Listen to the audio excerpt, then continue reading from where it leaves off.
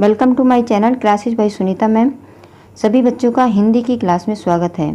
बच्चों, पिछली वीडियो में हमने राम के शब्द रूप पढ़े और फल के शब्द रूप समझे। आज हम इस वीडियो में इकारांत स्त्रीलिंग शब्द के मति शब्द के रूप समझेंगे। बच्चों को शब्द रूप याद करने में बहुत ही कठिनाई होती है और उन्हें बहुत ही हार्ड लगता है कि वो शब्द रूप याद नहीं कर पाएंगे।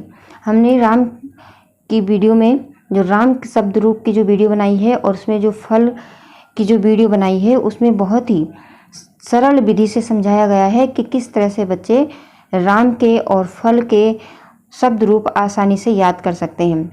आज हम इस वीडियो में देखिए मति शब्द के रूप समझेंगे कि इसमें भी सरलता से समझ लेंगे, क्योंकि जिन बच्चों ने राम के और फल के रूप की वीडियो देख करके राम और फल के रूप को समझ लिया है तो वो बच्चे मति के जो शब्द रूप हैं वो आसानी से समझ लेंगे। हमने पहले ही कहा था कि कुछ चिन्ह ऐसे होते हैं जो एक समान ही होते हैं। तो इस वीडियो के लास्ट में हम ये भी जानेंगे कि कुछ ऐसे चिन्ह हैं जो कभी नहीं बदलते।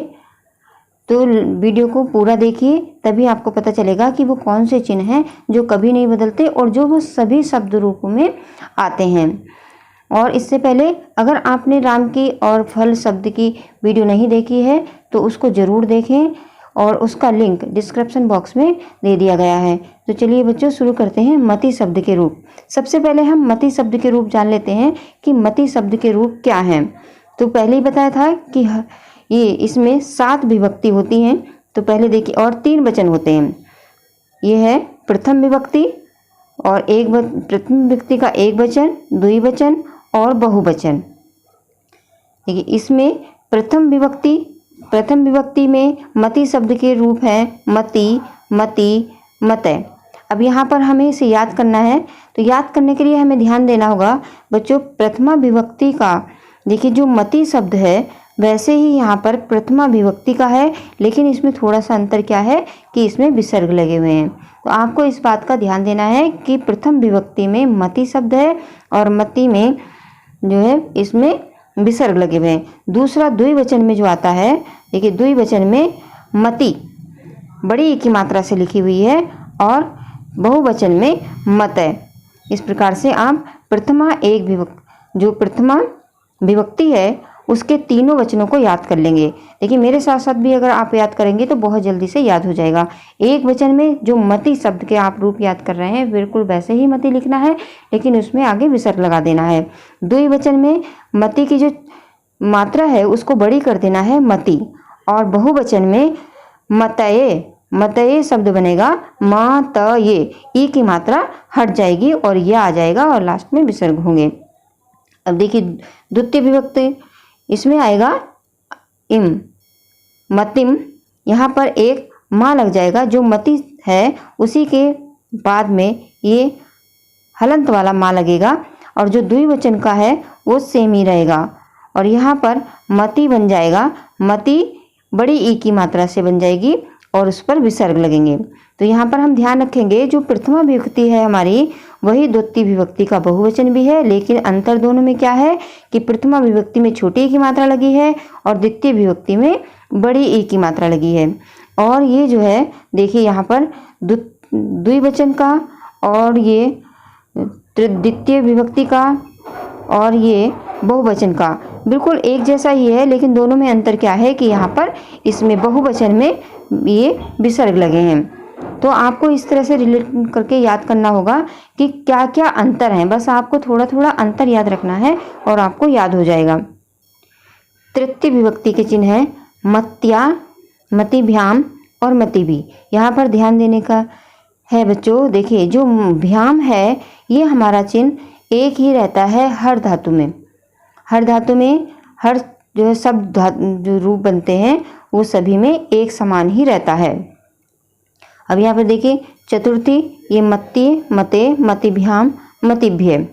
यहाँ पर बच्चों एक बात और ध्यान रखनी है कि जो ये हमारा भ्याम चिन्ह है, ये भ्याम चिन्ह और ये जो भी है, ये सभी शब्द जो रूप बनेंगे उसमें एक ही रहता है। और यहाँ पर भी देखिए ये भी एक है और ये भी एक जैसा ही है और यहाँ पर भी एक जैसा है। आपने फल के और राम के रूप जब याद किए होंगे तब आपको याद आ गया होगा कि देखिए ये जो भ्याम होता है वो फल में भी था, राम में भी वही था, और ये देखिए अब मति में भी है और यहाँ पर भी है। ठीक है बच्चों, तो आपको ये सिर्फ क्या करना है कि जो एक वचन है उसको ध्यान देना है।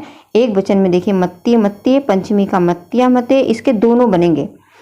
परीक्षा में दोनों ही आ सकते हैं, मत्तीय मत्तीय भी आ सकता है, मत्तिया मते भी आ सकता है, दोनों ही आ सकते हैं कि इसमें कौन सी विभक्ति है और कौन सा वचन है, इसलिए दोनों ही याद करना है। षष्ठी में मतिया मते है, और जो है ये षष्ठी का द्विवचन है मत्तियो मति नाम, सप्तमी का मत्याम मतो मत्यो मतिसु, और संबोधन में हे मते, ये संबोधन में है हे मते, हे मति, हे मते। आपको परीक्षा के लिए सिर्फ 7 ही विभक्ति याद करनी है, संबोधन इसमें नहीं आता है। इस प्रकार देखिए इसकी मति के रूप प्रथमा विभक्ति में पहला है मति, दूसरा है मति और तीसरा है बहुवचन है मते। द्वितीय विभक्ति में मतिम मति मति, तृतीय विभक्ति में मत्या मत्याभ्याम मतिभि, चतुर्थी विभक्ति में मत्ये मत्ये मत्याभ्याम मतिभ्ये, पंचमी में है मत्या मत्ते मतिभ्याम और मतिभ्ये, षष्ठी विभक्ति का चिन्ह है मत्या मते मत्यो मतिनाम, सप्तमी का है मत्याम मतो मत्यो मतिसु, हे मते हे मति हे मते। अब बच्चों इसी प्रकार से परीक्षा में पूछा जाएगा, जैसे कि आ सकता है कि जैसे मत्या कि मत्या बताइए कौन सी विभक्ति का है और कौन सा वचन है, तो आप बता देंगे इसमें कि पंचमी विभक्ति का एक वचन है। अगर खाली ये मते आता है और ये मते आता है तो इसमें आप बताएंगे कि ये पंचमी और षष्ठी विभक्ति का एक वचन है और मति शब्द है। मति का अर्थ होता है बुद्धि। अभी देखिए मतो आ गया, इसमें पूछेंगे कि इसमें कौन सी विभक्ति है कौन सा वचन है, तो ये मतो सप्तमी विभक्ति का एक वचन है। अगर मत्याम पूछा तो बताएंगे कि ये सप्तमी विभक्ति का एक वचन है। अब यहाँ पर सु तो बच्चों हमेशा याद करके रख लो कि ये सप्तमी विभक्ति का एक वचन होगा। ये मति नाम, ये भी पूछा जा सकता है कि बताइए कौन सी विभक्ति का कौन सा वचन है, तो ये षष्ठी विभक्ति का बहुवचन है। मतिभ्य, ये मतिभ्य है। अब मतिभ्य 2 बार आ रहा है, अगर ये पूछा जाता है तो इसका जवाब ऐसे दिया जाएगा कि चतुर्थी पंचमी विभक्ति का बहुवचन है।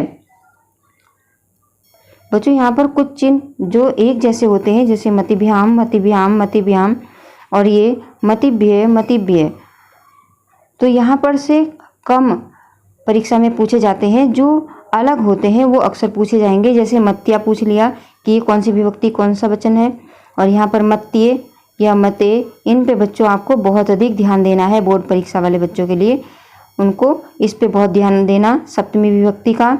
और ये मत्यो मत्यो ये अक्सर, और ये सु वाला ये नाम वाला ये तो बहुत ही आता है परीक्षा में, कि याद रख लो कि जो नाम है या नाम है वो षष्ठी विभक्ति का बहुवचन होता है और जो सु होता है वो सप्तमी विभक्ति का बहुवचन होता है।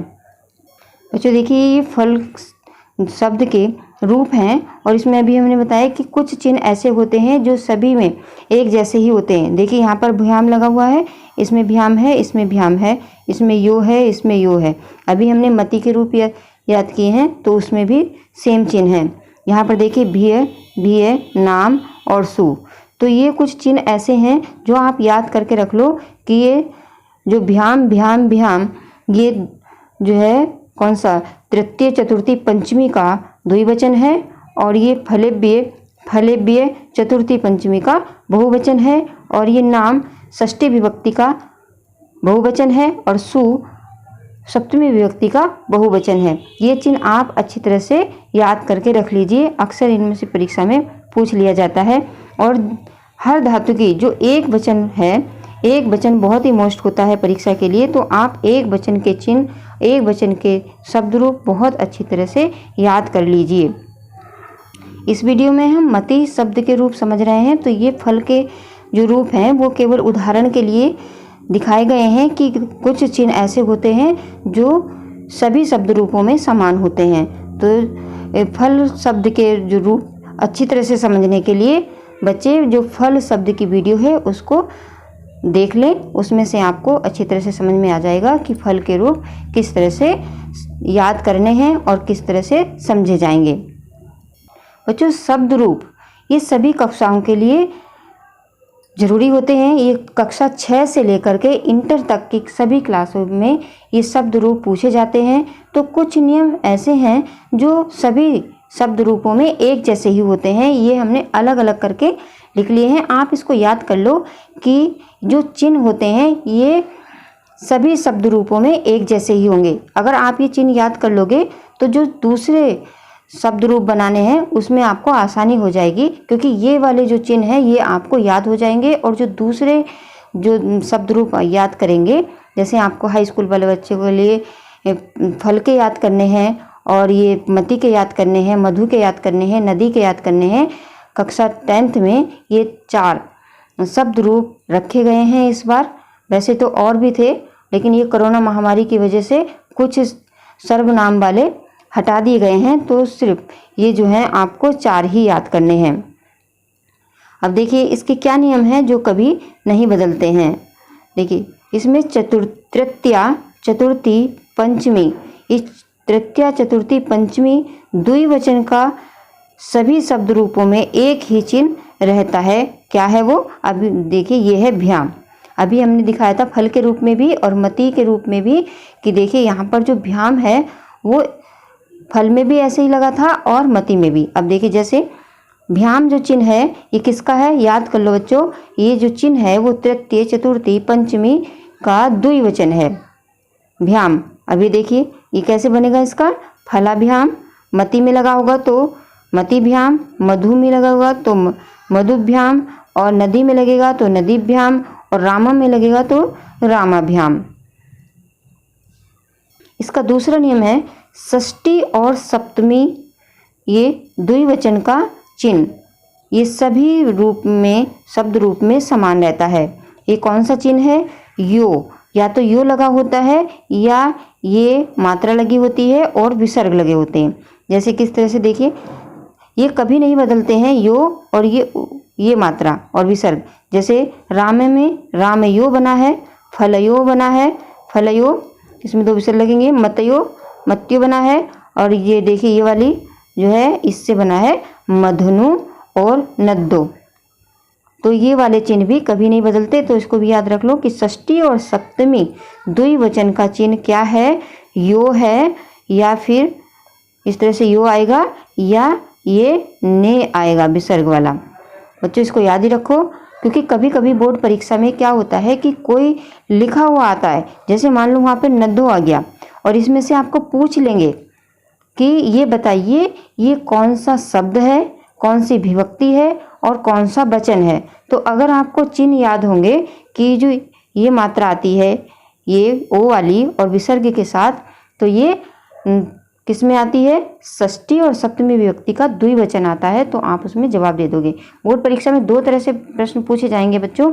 एक तो आपसे पूछा जाएगा, एक शब्द दिया होगा और उसमें पूछ लेंगे कि इसमें कौन सी विभक्ति है और कौन सा वचन है, और या फिर वो पूछेंगे कि किसी भी, कि जैसे पूछ लिया कि षष्ठी और सप्तमी का द्विवचन फल का या फल का, मती का या मधु का या नदी का क्या शब्द बनेगा। अगर आपको चिन्ह याद है तो आप इसका जवाब दे पाओगे। देखिए इसका अगला नियम है चतुर्थी और पंचमी का बहुवचन। चतुर्थी और पंचमी का जो बहुवचन का जो चिन्ह होता है वो होता है भीय। ये भी कभी नहीं बदलता है सभी शब्द रूपों में। अगर ये जो है देखिए, अगर हम जब राम के रूप बनाएंगे तो चतुर्थी और पंचमी का बहुवचन हम बनाएंगे तो ये बनेगा रामेभ्य। मति के बनाएंगे तो मतिभ्य, मधु के बनाएंगे तो मधुभ्य, नदी के बनाएंगे तो नदीभ्य, और फल के बनाएंगे तो फलिभ्य। इस तरह से आपको याद रखना है कि जो भीय का चिन्ह है वो चतुर्थी और पंचमी का बहुवचन होता है।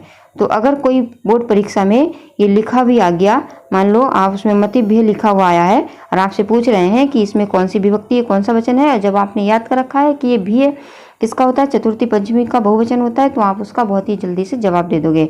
मान लो नदीभ्य आ गया तो उसमें भी बता देंगे कि ये चतुर्थी और पंचमी का बहुवचन है। अगला नियम देखिए बच्चों, तृतीय विभक्ति का बहुवचन का जो चिन्ह होता है वो भी एक समान रहता है। देखिए मति में, मधु में और नदी में ये भी लगता है। यहाँ पर देखिए ये तृतीय विभक्ति का बहुवचन ये भी लगेगा, भी किस में लगेगा, मति के रूप में, मधु के रूप में और नदी में। इतना ध्यान रखना है, तृतीय विभक्ति का बहुवचन भी लगेगा मति, मधु, नदी में। तो देखिए यहाँ पर, ये देखिए ये बना मति से, मति भी, मधु भी और ये नदी भी बन गया। और यहाँ पर देखिए एक ही जो ये मात्रा है आई वाली, ये इससे बनेंगे रामे में और फले। यहाँ पर ध्यान रखना है कि तृतीय विभक्ति का बहुवचन एक ही मात्रा रामे में और फले में लगेगी। जो भी उपसर्ग है ये मति, मधु और नदी में लगेगा। अगला नियम है बच्चों, षष्ठी का बहुवचन का चिन्ह एक जैसा ही होता है।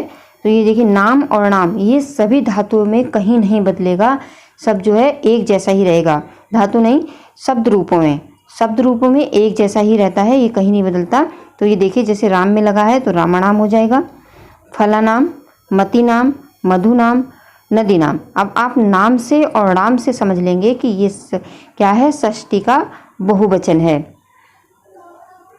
अगला नियम है सप्तमी विभक्ति का बहुवचन। सप्तमी विभक्ति का बहुवचन का जो चिन्ह है वो सभी शब्द रूप में एक समान ही रहता है, कहीं नहीं बदलता। जो शब्द रूप आपने याद भी नहीं किए हैं उसका भी आप देखोगे तो उसमें सु ही लगा होता है, या तो छोटा सु होता है या फिर बड़ा वाला सु होता है। ये सु भी लगा होता है, ये सु भी लगा होता है। तो अब देखिए इसमें देखिए रामेसु, फलेसु, मतिसु, मदिसु, अभी देखिए नदीसु। अभी तो हमने ये मधु के और नदी के फल याद भी नहीं किए हैं, लेकिन फिर भी हमें अगर चिन्ह याद हैं तो हम उनका जवाब दे पाएंगे। और जैसे परीक्षा में आ जाता है ये मधुसु, अगर बच्चों ने मति के रूप याद कर लिए या फल के ही याद कर लिए और उसने मधु के अभी नहीं याद किए हैं तो तब भी वो जवाब दे पाएंगे कि सु चिन्ह याद हो गया है कि ये सप्तमी विभक्ति का बहुवचन का चिन्ह है। तो बच्चे जवाब दे देंगे कि ये मधु शब्द है और सप्तमी विभक्ति का बहुवचन है। नदी का भी उसी प्रकार से देख कर दे देंगे कि ये नदी शब्द है और सप्तमी विभक्ति का बहुवचन है। राम का भी दे देंगे कि ये राम शब्द है और ये सप्तमी विभक्ति का बहुवचन है। फलेसु में भी फल शब्द है और ये सप्तमी विभक्ति का बहुवचन है। और ये जो सु है ये बहुत ही मोस्ट है, अक्सर परीक्षा में आता रहता है, इस पर बच्चे ध्यान दें। बच्चों आपने ये मति के रूप अच्छी तरह से समझ लिए होंगे और मति के साथ साथ दूसरे जो शब्द रूप हैं उसको भी थोड़ा थोड़ा जान लिया है कि किस तरह से आप परीक्षा में जवाब दे पाएंगे। अब आपके लिए गृह कार्य है, निम्नलिखित शब्दों में बताइए कि वह कौन सी विभक्ति तथा कौन सा वचन है तथा इसमें वचन कौन सा है। इसी तरह से बोर्ड परीक्षा में भी पूछा जाता है, कुछ शब्द दिए जाते हैं और उसमें पूछा जाता है कि निम्नलिखित शब्दों में बताइए कि वे कौन सी उसमें कौन सी विभक्ति का है तथा कौन से वचन का है। अब आप देखिए इसमें मति शब्द है, मति को बताना है आपको कि मति कौन सा शब्द है। अब शब्द तो साफ ही दिख रहा है कि मति शब्द है। अब इसके चिन्ह को पहचान करके आप करेंगे कि इसमें कौन सी विभक्ति है और कौन सा वचन है। ये देखिए मत्या को बताएंगे, मत्यु को बताएंगे, मति नाम को बताएंगे। जो बच्चे सभी वीडियो को ध्यान से देखते हैं वो उनका जवाब आसानी से दे पाएंगे। तो देखिए आपको बताना है कि मति में कौन सी विभक्ति कौन सा वचन है, मत्या में कौन सी विभक्ति कौन सा वचन है, मत्य में कौन सी विभक्ति कौन सा वचन है, मति में, मति भी में, मत्यु में, मति नाम में, मति सु में कौन सी विभक्ति कौन सा वचन है। और बताएंगे आप मति भी में कौन सा शब्द है, कौन सा वचन है और कौन सी विभक्ति है। मति भी में भी, मते में भी, मत्या और मते में भी, मत्या और मतों में भी, इन सब में आपको बताना है कि इसमें कौन सी विभक्ति है, कौन सा वचन है और किस शब्द के रूप हैं। सब तो आपको आसानी से दिख ही जाएंगे कि कौन सा शब्द है। बच्चों अगर आप बहुत आज इस सभी वीडियो को ध्यान से देखोगे तो ये जो शब्द रूप बहुत ही हार्ड लगते हैं कि किस तरह से ये परीक्षा में हम इनको लिखेंगे। और जो बच्चे पढ़ के नहीं जाते उन्हें तो ये पता नहीं क्या लगते हैं कि ये तो हम करेंगे ही नहीं, वो छोड़ के जाते हैं कि ये हमसे नहीं होगा। लेकिन इसके लिए अगर आप अच्छी तरह से वीडियो को देख लोगे तो ये बहुत आसानी से आपको याद हो जाएगा। अगर आपको बोर्ड परीक्षा में हाई स्कूल वाले बच्चे अगर ये 4 जो शब्द रूप हैं फल के, मति के, नदी के, मधु के कर लेते हैं तो ये इसके 2 अंक आपके बिल्कुल पक्के हो गए।